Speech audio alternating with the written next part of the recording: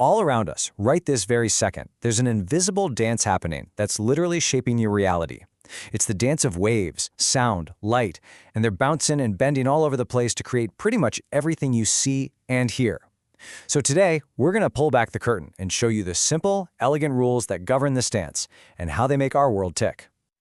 Okay, let's just jump right in with a question that I bet every single one of us has thought about.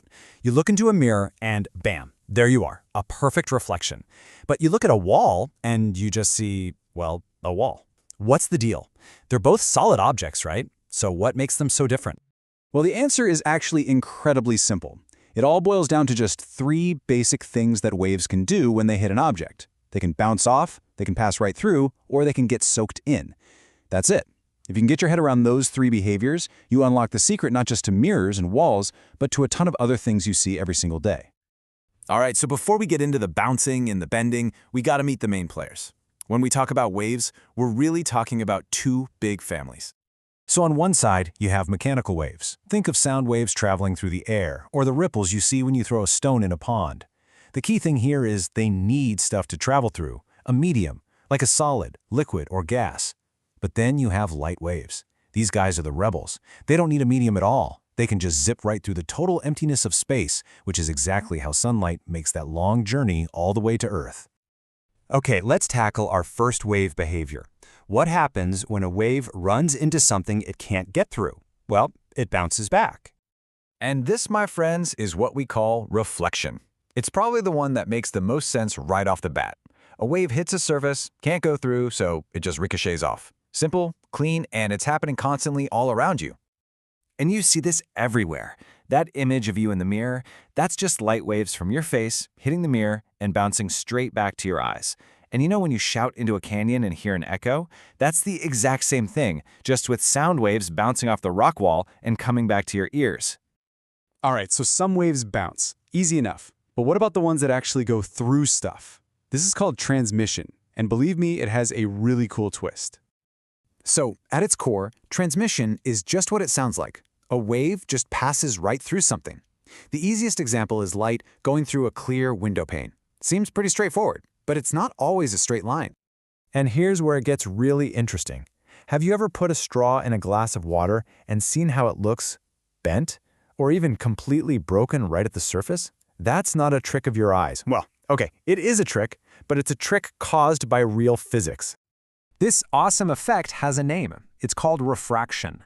And it's what happens when a wave actually bends as it moves from one medium into a different one, like when light goes from traveling through the air into traveling through water. So here's how that illusion works. Light from the top part of the straw travels in a nice straight line through the air to your eye. But the light from the part of the straw that's underwater has to travel through the water first and then the air. When light crosses that boundary from water to air, it actually changes speed. And that change in speed forces its path to bend. Your brain, which assumes light always travels in a perfectly straight line, gets totally fooled. It creates an image based on where the light appears to be coming from, which makes the straw look broken. That's refraction in action. Okay, so we've covered waves that bounce back and waves that pass through. That just leaves our third and final option. What happens to the waves that don't do either? This is absorption. In this case, instead of reflecting or transmitting, the wave's energy just gets soaked up by the material it hits. The wave pretty much stops dead in its tracks, and it hands over all its energy to the object. And what happens to that energy? A lot of the time, it gets converted into heat. You have definitely felt this.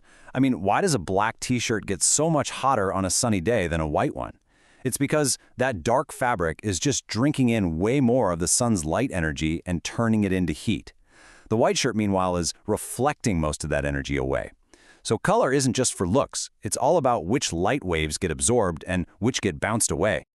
So, reflection, transmission, absorption? These aren't just neat little science facts. Nope. These are fundamental principles that we humans have learned to use to literally engineer the world around us. And this quote really says it all. Once we figured out these basic rules, how waves bounce, bend, or get soaked in, we started manipulating light and sound in some absolutely incredible ways. I mean, just look at this stuff. We use reflection for mirrors, sure, but also for those big sound barriers you see on highways that bounce traffic noise up and away. We use refraction, that light bending trick, to make lenses for eyeglasses and cameras that focus light with pinpoint precision.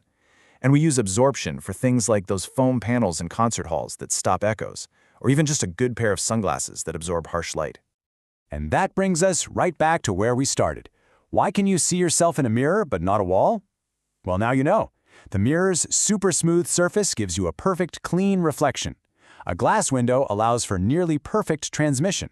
And the wall, it absorbs some of the light and reflects the rest, but because its surface is rough, it scatters that light in a million different directions instead of sending it right back to you. And just like that, mystery solved. So from now on, when you hear an echo, or put on your sunglasses, or see that broken straw in your drink, you'll know exactly what's going on. Reflection, absorption, transmission, they are happening all around you, all the time. Which kind of makes you wonder, right? Now that you know the rules of the game, what new ways can you think of to put the amazing power of waves to work?